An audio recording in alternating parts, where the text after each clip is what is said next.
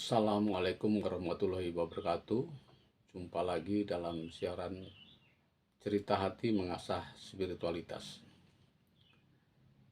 Saya menamakan konten ini, memberi judul konten ini mengikis eksklusivisme.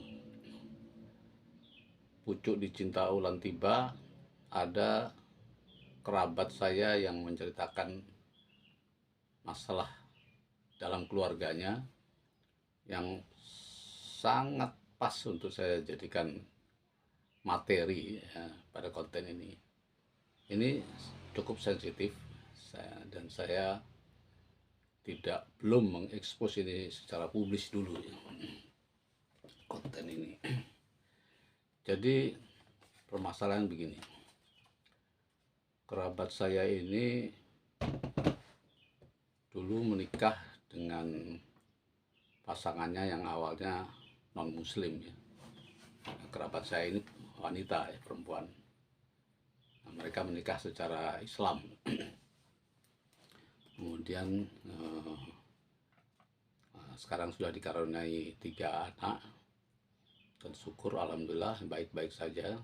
Dan dia bersyukur anaknya yang bungsu sudah mulai, umurnya lupa saya apa namanya, mungkin masih SD kelas 1 apa ya, mulai puasa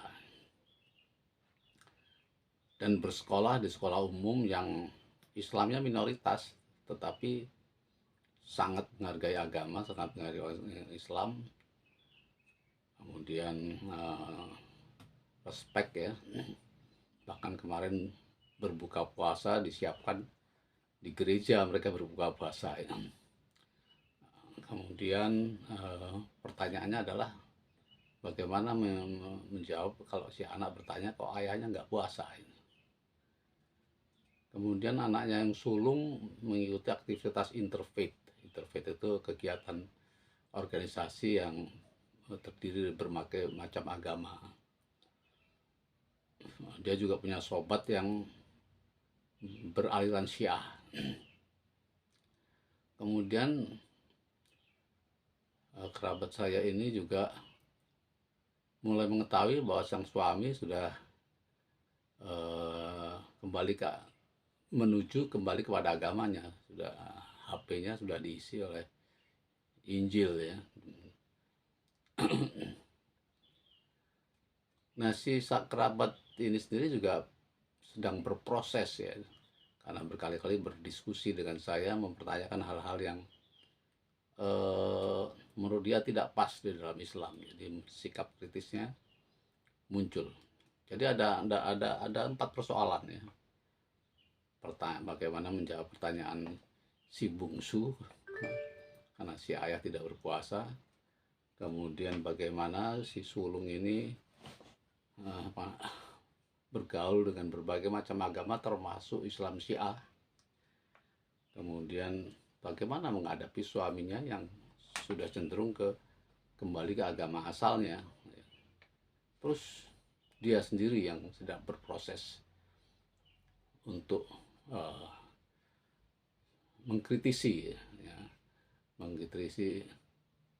agama Islam itu sendiri. Beberapa hal yang memang barangkali dari Barat itu banyak kritikan terhadap agama Islam. Ini contoh yang sangat pas ya bagi saya untuk ya, kalau dia bertanya pada Muslim yang mainstream, tentu jawabannya sudah akan pasti membuat dia makin galau mungkin ya. Nah, terus terang saya memang tidak seperti kebanyakan pandangan orang terhadap Islam. Jadi yang pertama, saya justru sangat senang ya, ketika sejak kecil si anak itu sudah mulai melihat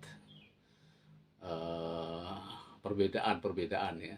Agama saya Islam ada, dan dalam situasi yang sangat positif. Ini seperti yang saya alami ya, saya di sekolah taman siswa itu seperti itu. Kemudian SMP saya Bokri ya, Kristen juga seperti itu. Bagi saya ini sangat positif ya. Jadi ini justru kita menanamkan nilai-nilai yang non eksklusif ya, sejak kecil, menghargai, tapi tetap kita, contohnya dia mulai berpuasa, artinya nilai spiritualitas Islaminya sudah tumbuh, itu sudah sangat bagus ya. Kemudian saya kira diperkuat ya. Bagaimana kalau dia melihat ayahnya tidak berpuasa, ya itu justru ujian ya.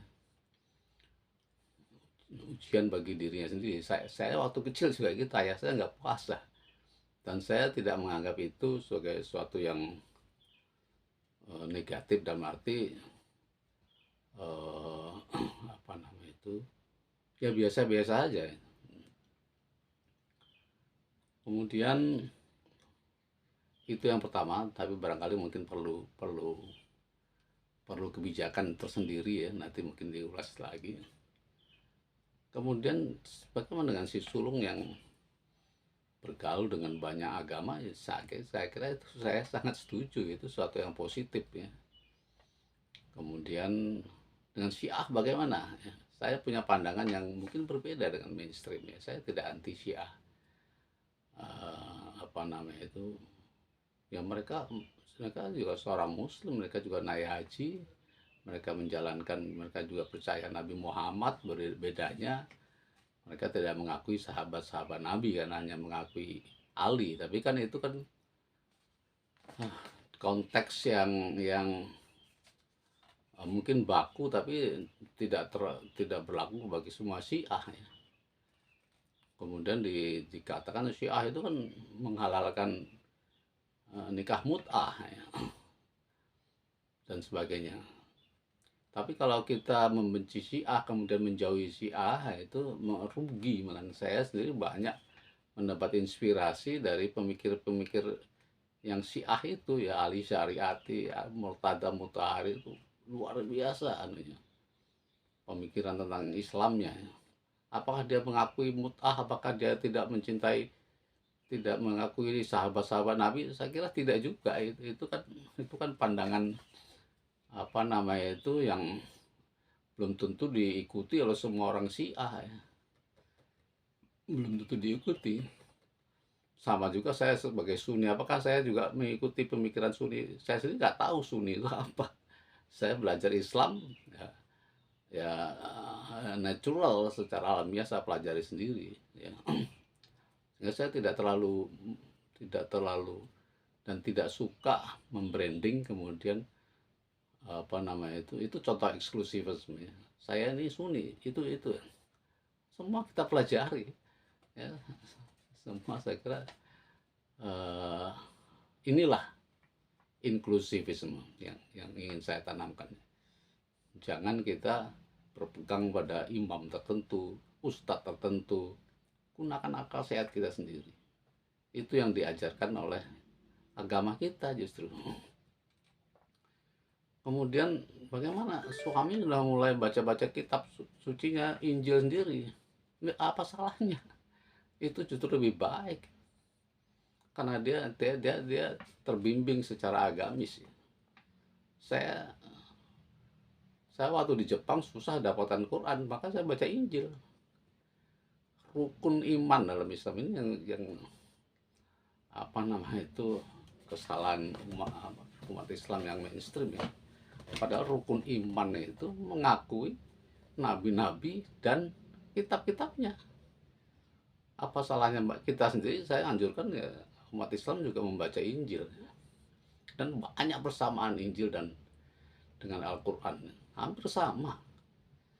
Cuma di Al-Quran ditambah Muhammad, di Islam itu adalah Kristen ditambah Muhammad, itu saja. Jadi saya berpandangan tidak ada apa namanya itu salahnya ya. Apa namanya itu membaca Injil, itu kitab suci. Tapi kan sudah berubah-ubah kitabnya dari yang dulu. Siapa bilang? Justru kalau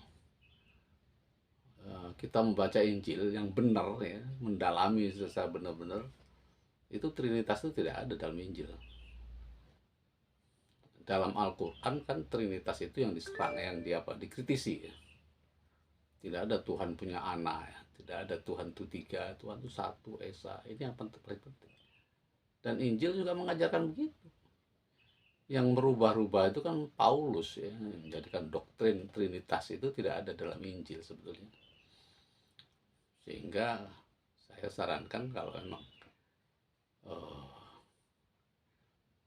si suami membaca Injil ya justru didukung, ya, carilah kebenaran itu. Nah, mari kita berdiskusi ya. Inilah inklusifisme ini. Jadi dalam pandangan saya berbeda agama dalam suatu keluarga apabila masing-masing berprinsip secara inklusif ya tidak ada masalah. Tidak ada masalah. Nah, ini mungkin sangat berbeda ya di pandangan orang. Makanya konten ini mungkin belum saya sebarluaskan ya.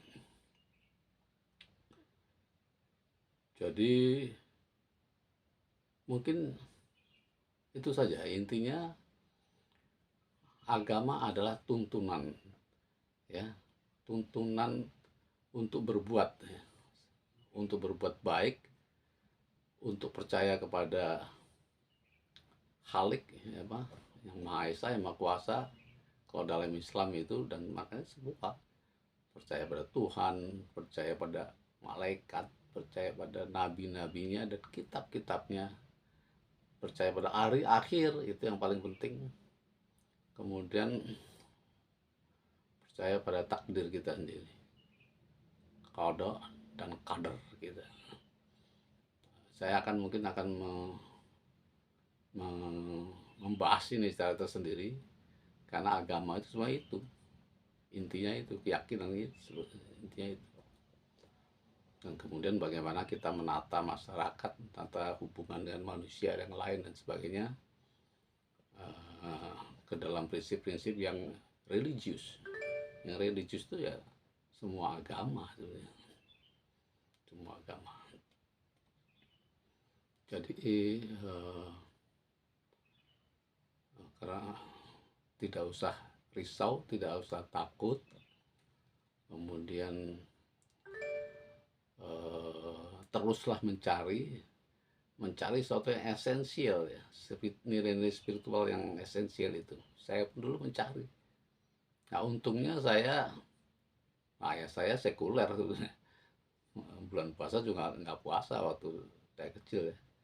Ibu saya seorang yang sangat taat tetapi tidak fanatik, sehingga saya melakukan pencarian itu tidak ada yang menghalang-halangi ya. Saya baca Krishnamurti, saya pelajari filsafat dan sebagainya, bebas, alhamdulillah. Nah saya ingin bercerita bahwa saya ya makin menghayati Islam dan Al-Quran itu ya baru-baru saja, secara apa yang saya anggap benar. Karena kalau kita mencari dan terbuka, sedikit saja hati kita terbuka, maka kebenaran yang hakiki itu akan masuk dengan cepat sekali. Ya contohnya yaitu Islamnya Umar bin Khattab ya. Umar bin Khattab itu membenci Islam dan berencana membunuh Nabi ya. Tapi dia orang yang baik, membuka diri, akhlaknya baik. Maka ketika dia membuka diri dan mendengar ayat-ayat Al-Quran, rontoklah seluruh sendi-sendi tubuhnya ya, karena kebenaran itu merasuk ya, kebenaran sejati merasuk dalam dirinya dan dia ingin cepat-cepat diislamkan. Mungkin begitu dulu, mohon maaf itu kurang sistematis. Kita lanjutkan di lain kesempatan. Terima kasih. Assalamualaikum warahmatullahi wabarakatuh.